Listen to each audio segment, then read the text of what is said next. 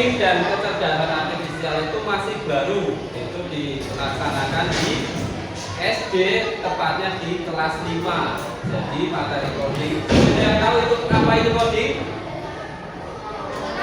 Tahu. Kecerdasan artifisial tahu? AI tahu? Oh, tidak tahu. Nanti kita akan mempelajari di fase C ini, kelas 5 dan 6 sebagai dasar kalian menghadapi era digitalisasi di SMP. Jadi mulai tahun ini kelas 5 dan 6 wajib punya bekal untuk mempelajari apa itu coding. Ya, untuk itu mari kita cari tahu apa itu coding ya. Sekarang kalian bayangkan dulu laptop yang ada di depan kalian itu kira-kira buatannya siapa? Ya, buatan siapa? Manusia atau tiba-tiba ada? Kira-kira laptop yang di depan kalian dengan kalian pinter mana? Kok bisa tahu laptop? Padahal laptop kan buatan manusia. Kalian manusia kan? Ya, untuk itu sebagai manusia jangan sampai kalah dengan teknologi. Itu maka dasar kita untuk mencari tahu supaya kita lebih cerdas daripada teknologi. Nah, apa itu coding? Coding itu adalah secara sederhananya adalah instruksi yang dipahami dan dijalankan oleh komputer. Jadi kira-kira laptop yang di depan kalian kalau tidak diinstruksikan kalian bisa hidup apa tidak? Bisa jalan apa tidak? Berarti pinter mana laptop dengan kalian? Pinter mana? Pinter kalian apa laptopnya? Laptop bisa dijalankan karena perintah kita. Maka kita sebagai penggunanya wajib bisa memahami, bisa lebih pintar daripada laptopnya atau teknologi. Jadi pada dasarnya teknologi yang ada di dunia ini adalah buatan dari manusia. Maka kita sebagai manusia wajib punya keyakinan kita lebih bisa atau lebih pandai daripada teknologi. Nah, di kelas 5 ini dasar kita adalah untuk berpikir kritis ya, berpikir kritis, kreatif dan kerjasama supaya bisa menciptakan kode-kode. Nah, coba ulangi, coding itu apa? Instruksi yang dipahami dan dijalankan oleh komputer. Yang memberi instruksi siapa? Manusia. Jadi nanti secara sederhananya pengertian dari coding adalah cara manusia berkomunikasi dengan komputer. Bisa ditulis supaya kalian mengingat ya. Jadi yang namanya coding itu perintah, instruksi ya, yang diberikan oleh kita untuk menjalankan sebuah teknologi. Berhubung yang di depan kalian teknologinya dalam bentuk Chromebook atau laptop, maka kalian sedang mengcoding ya, sedang memprogram, sedang menjalankan instruksi untuk menghidupkan ya. Ini adalah coding. Sudah tahu coding itu apa? Nanti jadi kalau di luar sana ditanyakan coding itu apa, kalian harus bisa menjawab. Coding adalah instruksi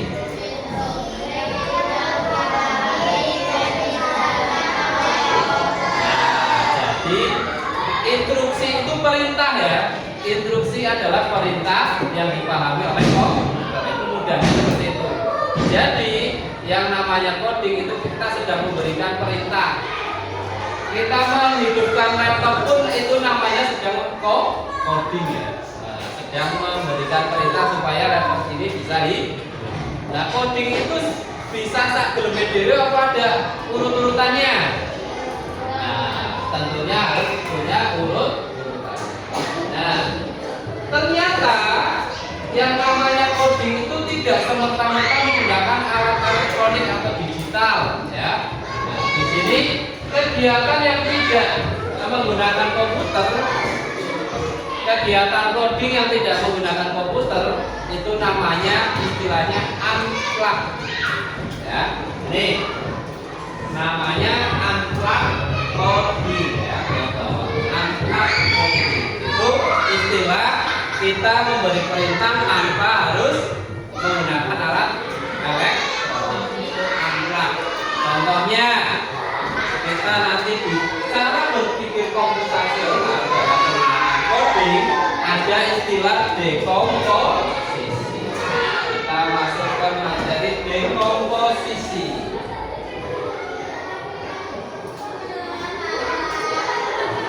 Nah, sudah dilihat di laptop kalian masing-masing sudah ada teori dari dekomposisi.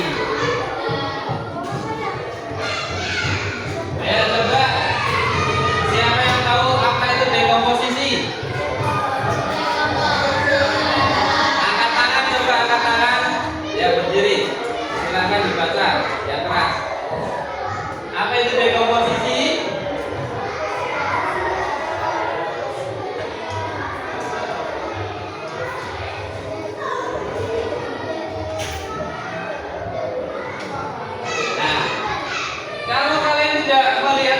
Agak sulit, sudah ada namanya laptop kita ya. Sama apa tidak isinya dengan di laptop kalian? Ayo coba bareng-bareng, apa itu dekomposisi?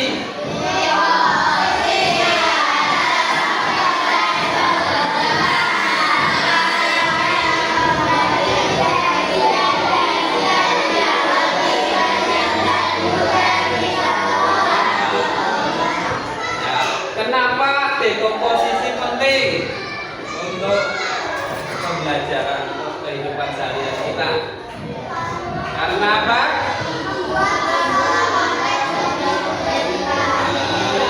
Tadi pengertian dekomposisi tersebut adalah memecah masalah menjadi bagian-bagian yang lebih sederhana, lebih kecil. Ya, misal masalah kalian ada masalah mau merayakan ulang tahun temannya, ya, itu kan sebenarnya masalah besar, ya. Ada bagaimana pesan kuenya di mana, terus tempatnya di mana, waktunya kapan, ya, terus apa lagi, kadonya apa, acaranya bagaimana, itu termasuk masalah yang besar. Maka dengan dekomposisi nanti bisa dipecah menjadi bagian-bagian kecil. Misal yang mau ulang tahun di sini para, ya, yang mau menyusun acara ulang tahunnya adalah Rehal, maka Rehal akan menunjuk teman-temannya untuk membagi setiap bagian kegiatan, ya. Itu contoh dekomposisi. Mengapa penting? Tentunya membuat masalah kompleks menjadi apa? Mudah dipahami. Contohnya menggawe acara ulang tahun bermeriah, dewenan kok sepi-sepina. Supaya ramai meriah maka dibutuhkan kerjasama. Yang kedua, memungkinkan kerja tim yang efektif. Jadi kerja kelompoknya jadi efektif. Dengan dekomposisi memecah masalah-masalah ini menjadi bagian-bagian kecil, nanti kalian bisa saling kerjasama membuat timnya jadi lebih efektif.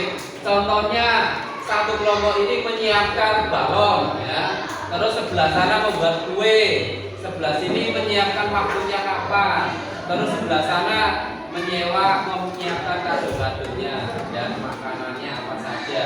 Terus sebelah depan sini membuat undangannya. Jadi masalah yang tadi nek dikerjakan sendiri akan sulit, tapi dengan kerjasama tim akan lebih mudah. Terus yang ketiga, apalagi mengurangi kesalahan dalam penyelesaian. Jadi nek garap dhewe kadang roboh ya, ono sing kelewat, wis ditulis dhewenan ya, sampai banyak urut-urutannya masih ada kelewat. Ada yang belum terundang, padahal itu adalah saudara kita ya. Nah, dengan dekomposisi ini maka karena sudah dibagi-bagi timnya sendiri-sendiri, maka akan lebih efektif, lebih mengurangi kesalahan ya. Misalnya yang diundang mau 100 ya, ketemunya tetap 100. Itu contoh sederhananya. Kemudian membuat proses lebih terorganisir. Terorganisir itu bagaimana? Yang namanya terorganisir, tertata ya. Jadi rapi, tertata. Jadi tekan hari-harinya orang didik dewe atau sibuk-sibuk dewe. Wah, maka orang sing kuatir dulu disiapin dan lain-lain. Tapi dengan dekomposisi ini, dengan pembagian tim, permasalahan akan lebih tertata rapi atau terorganisir. Nah, terus bagaimana langkah-langkahnya? Ayo coba dibaca lagi. Langkah-langkah untuk dalam dekomposisi. Yang pertama,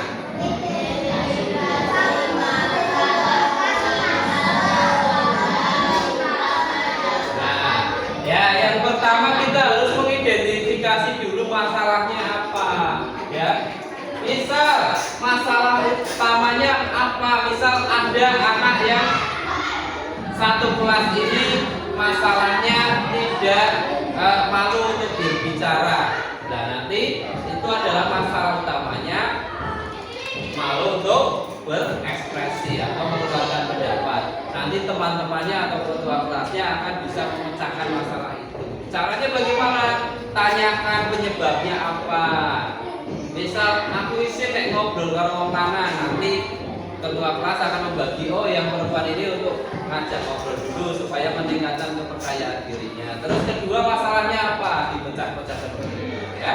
Itu mengidentifikasi masalah. Yang kedua,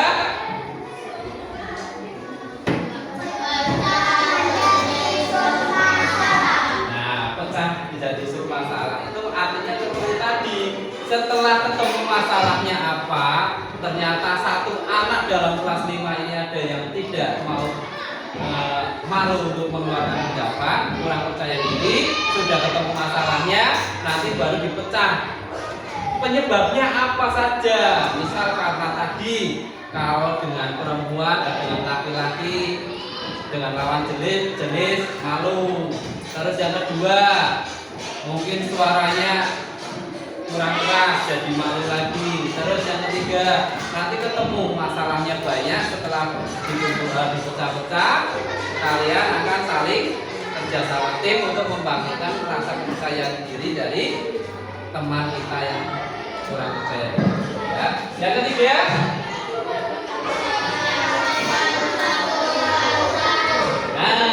jadi tadi sebenarnya setelah ketemu dipecah-pecah ya, ternyata ini kurang pede karena dengan lawan jenis, karena apalagi di rumah sedang dimarahi orang tua, misal, nah itu sudah ketemu seperti itu, selesaikan satu-satu dulu, ya. Misal malu untuk mengeluarkan pendapat dengan lawan jenis, nanti teman-teman yang sesama jenis bisa memberi kepercayaan diri.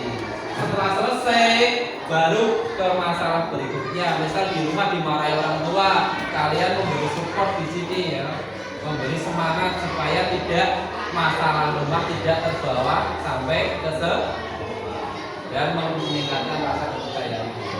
Terus setelah itu yang terakhir langkah keempat. Langkah keempat apa? Nah, tadi kan kita sudah menemukan solusi setiap masalah-masalah tadi ya. Misal karena malu dengan lawan jenis, sudah ketemu solusinya. Solusinya yaitu dengan memberi kepercayaan sesama jenis dulu, ya, ngobrolnya dan tumbuh rasa percaya dulu. Setelah itu baru dengan masalah yang kedua, ternyata ada masalah di rumah. Kalian bisa membantu dalam menyelesaikan masalah. Misal di rumah sering dimarahi, kalian bisa memberi semangat, support ya. Setelah ketemu solusi-solusi tersebut baru digabungkan. Maka jadilah yang namanya penyelesaian masalah secara dekomposisi. Jadi kalau diselesaikan sendiri akan menjadi ruwet. Dengan cara dekomposisi, dengan memecah masalah-masalah tersebut, persoalan tersebut menjadi bagian-bagian tersendiri, akan lebih mudah diselesaikan. Nah, ya, selanjutnya kita akan melihat contoh ya. Nah, kita lihat bagian contoh. Coba di laptop kalian masuk ke bagian contoh. klik bagian contoh. Contoh dekomposisi. Ya. Contohnya apa itu? Contohnya apa? Membuat nasi goreng. Siapa yang belum pernah membuat nasi goreng? Angkat tangan. 1, 2. Ada lagi 3. Yang sudah bisa membuat nasi goreng angkat tangan. Wah, lumayan. Berarti nanti kita akan coba lihat ya. Nah, kira-kira tahu apa tidak? Ya. Ya, silakan turunkan tangan dulu. Nah, masalahnya adalah bagaimana cara membuat nasi goreng yang Nah, kalau hanya membuat nasi goreng sangseng notok akan kabeh bisa. Tapi yang membuat nasi goreng yang lebih enak, bagaimana caranya? Maka kita wajib mendekomposisikan, dipecah masalah-masalahnya. Caranya biar enak piye? Pertama harus bahan-bahannya sing apik, ya. Nah, menyiapkan bahan. Terus yang kedua apa? Nah, bayangkan kalau membuat nasi goreng tanpa menggunakan dekomposisi sayurannya sisa lonjut dimasukin stok neng segone, ya. Oseng. Bagaimana rasanya? Aneh ya. Ya, kira-kira kalau nasi goreng yang tampilannya enak pasti sayurnya juga dipotong. Kemudian setelah dipotong-potong sayurnya, kita memanaskan minyak. Ada yang tidak pakai minyak nasi gorengnya, rasanya bagaimana juga?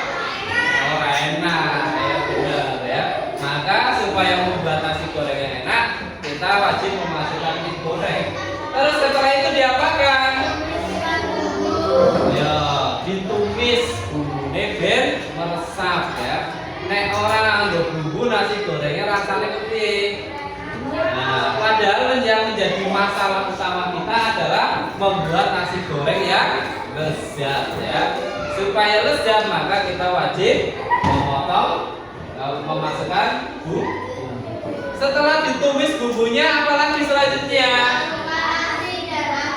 Nah, masukkan nasinya, diaduk. Nek nasinya tetap utuh ora dimasukin, berarti ini nasi goreng pedu. Nah, bukan ya, maka tidak akan tercipta rasa nasi gorengnya. Kemudian setelah diaduk nasi gorengnya, nasinya. Nah, ya kalau tidak ditaburkan kecap dan garam, kira-kira rasanya lezat apa tidak? Hambar. Tapi tetap jadi nasi goreng. Tetap, cuma bedanya nasi gorengnya kurang lezat atau hambar. Yang terakhir disajikan. Itulah dekomposisi ya. Dari satu masalah ingin membuat nasi goreng yang lezat, kita harus bisa menyajikannya, membuatnya dengan baik. Ada urutannya, dipecah bagian-bagiannya. Contoh yang kedua, ada permasalahan menyelesaikan 20 soal matematika. Siapa di sini yang suka matematika? Angkat tangan. 1, 2. Kenapa tidak suka matematika? Nah, itu yang akan menjadi masalah kita semua ya. Banyak siswa yang kurang suka matematika. Maka bisa diselesaikan dengan mudah dengan cara dekomposisi. Dekomposisi dari permasalahan ini yang pertama apa? Apa?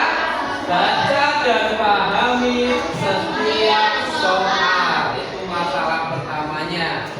Kalau sudah, kita lanjutkan kelompokkan soal berdasarkan tipe. Misal tipe yang nomor 1 penjumlahan, nomor 2 perkalian, nomor 3 pengurangan. Yang satu tipe apa dan apa?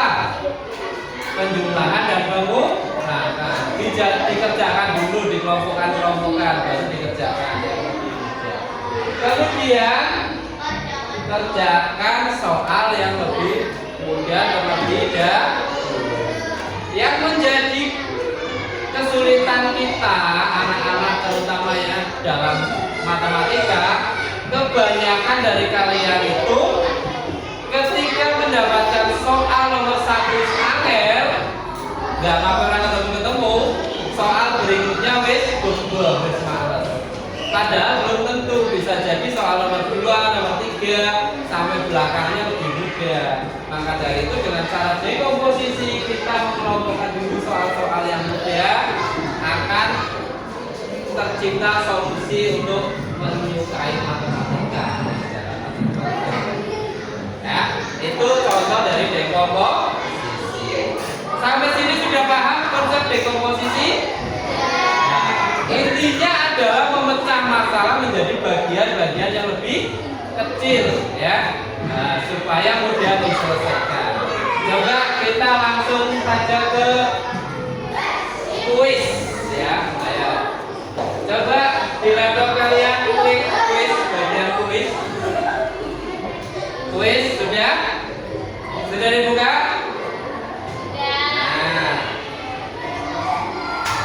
Apa isinya? Pertanyaan. Ya.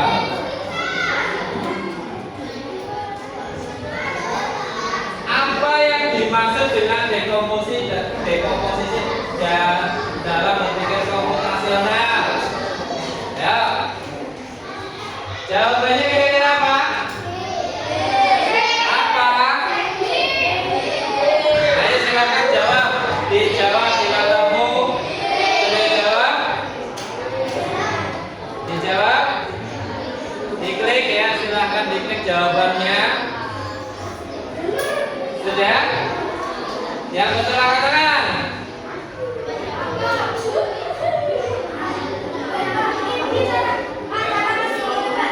Diklik. Diklik ke bawah ada.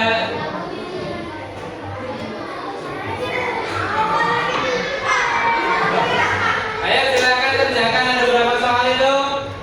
Banyak ya.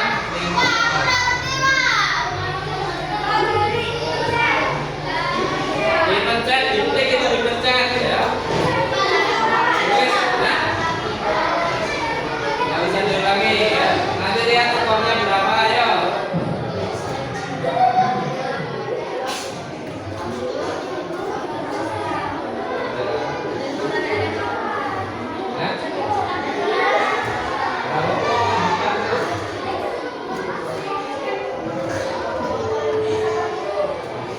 Ya, di kuis yang betul 5 angkat tangan. 1, 2. Ya, yang betul semua angkat tangan.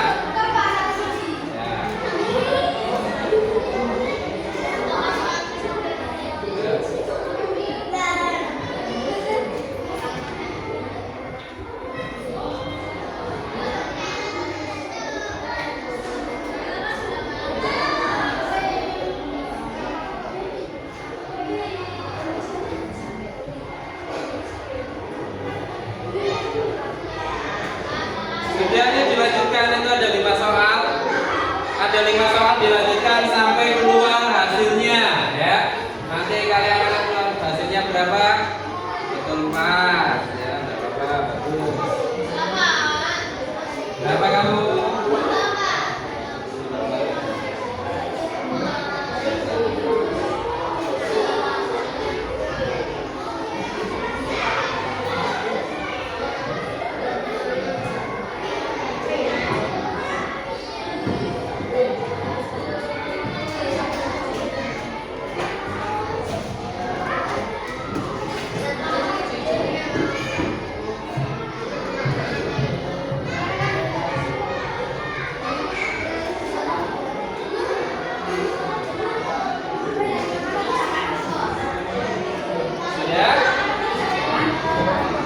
Sudah tahu, dikerjakan dulu nanti akan keluar hasilnya.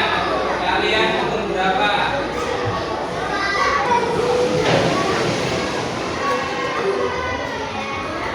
Sudah selesai semua? Kalau sudah selesai jangan dikeluarkan ya.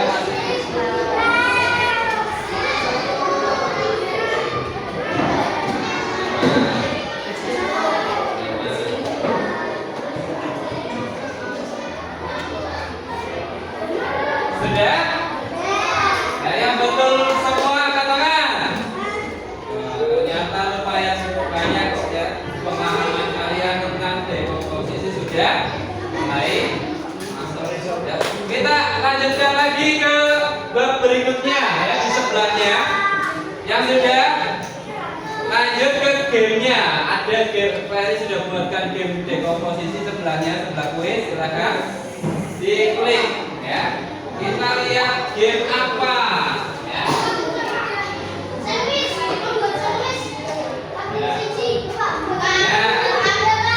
Coba kita pakai level yang mudah dulu ya. Klik yang warna hijau, sudah? Ya, dipencet. Sudah semua? Ya. Yang warna hijau level 1. Apa itu, ada pertanyaan apa? Masalahnya apa? Nah, masalahnya adalah kita akan menyajikan sandwich ya. Bagaimana cara mengucapnya ya?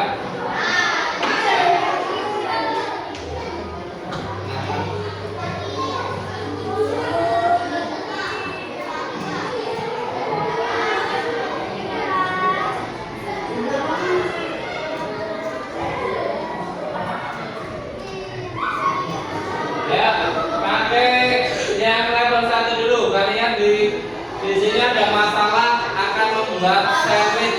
Ada yang tahu sandwich? Sandwich itu apa?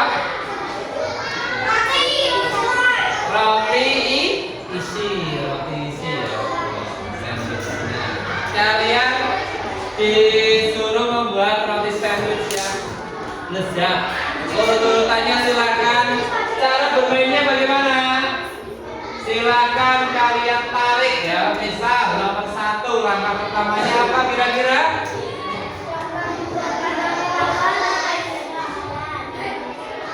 Kalau kita mau membuat sandwich ya, tadi dalam dekomposisi kita wajib melihat masalahnya dulu, dicap dulu semua. Ya. Langkah pertamanya apa? Ambil 2 lembar roti tawar. Silakan digeser ke langkah 1. Caranya gesernya ditahan sampai langkah 1. Sudah? Tangan 2, jari 2-mu masuk ke kursor, coba.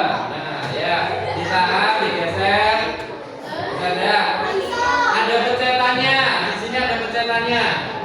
Ya, perhatikan. Ya, perhatikan depan semua. Ayo, di bagian laptop kalian di sebelah bawah ini 2 ini ada pencetan kanan dan kiri. Jari 1-mu yang tangan kiri untuk pencet ya. Jari yang 1-nya untuk menggeser. Ya. Nah.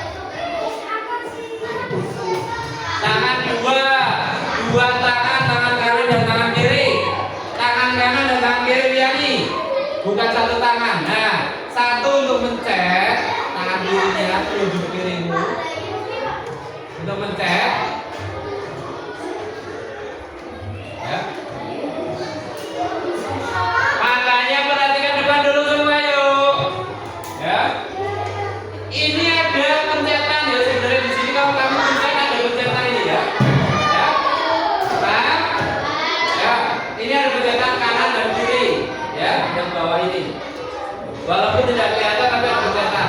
Tangan kirimu, ya tangan kirimu telunjuk kiri untuk mencet. Ya, yang mau dipilih. Tangan kanannya, tangan kanan mana? Nah, untuk geser. Ya, geser. Ya. Ya, coba dicoba. Ya. Ya. Coba. Ada yang sudah selesai? Menyusun? Angkat tangan yang sudah selesai.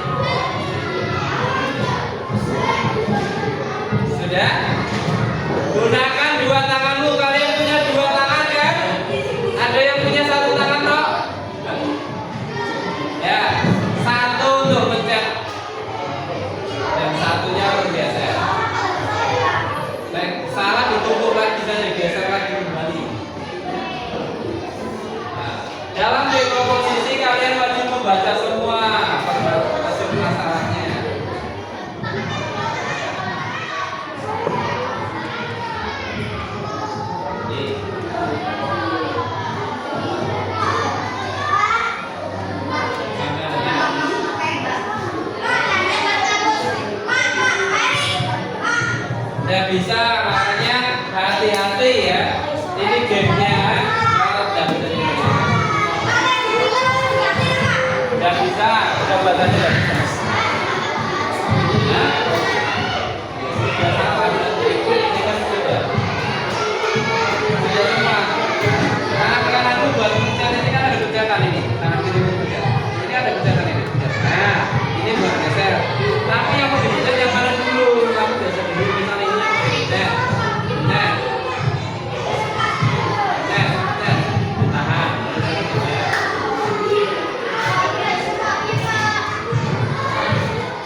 Ya. Ada yang sudah selesai?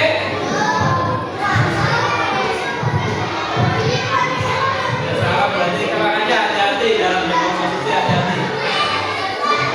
Ada yang sudah selesai? Ayo. Kalau yang sudah selesai, ada hadiah dari mereka yang betul. Yang terlihat. Sudah? Sudah? Nah, coba dikirim betul apa salah? Ya, urutan yang benar dicetak. Oh, salah. Ini skornya di atas ya, skornya. Kalau salah 0 ya. Ya, berapa? Kamu dapat skor berapa? Bukan? 5 dari 7. Yang betul semua kan? Betul semua.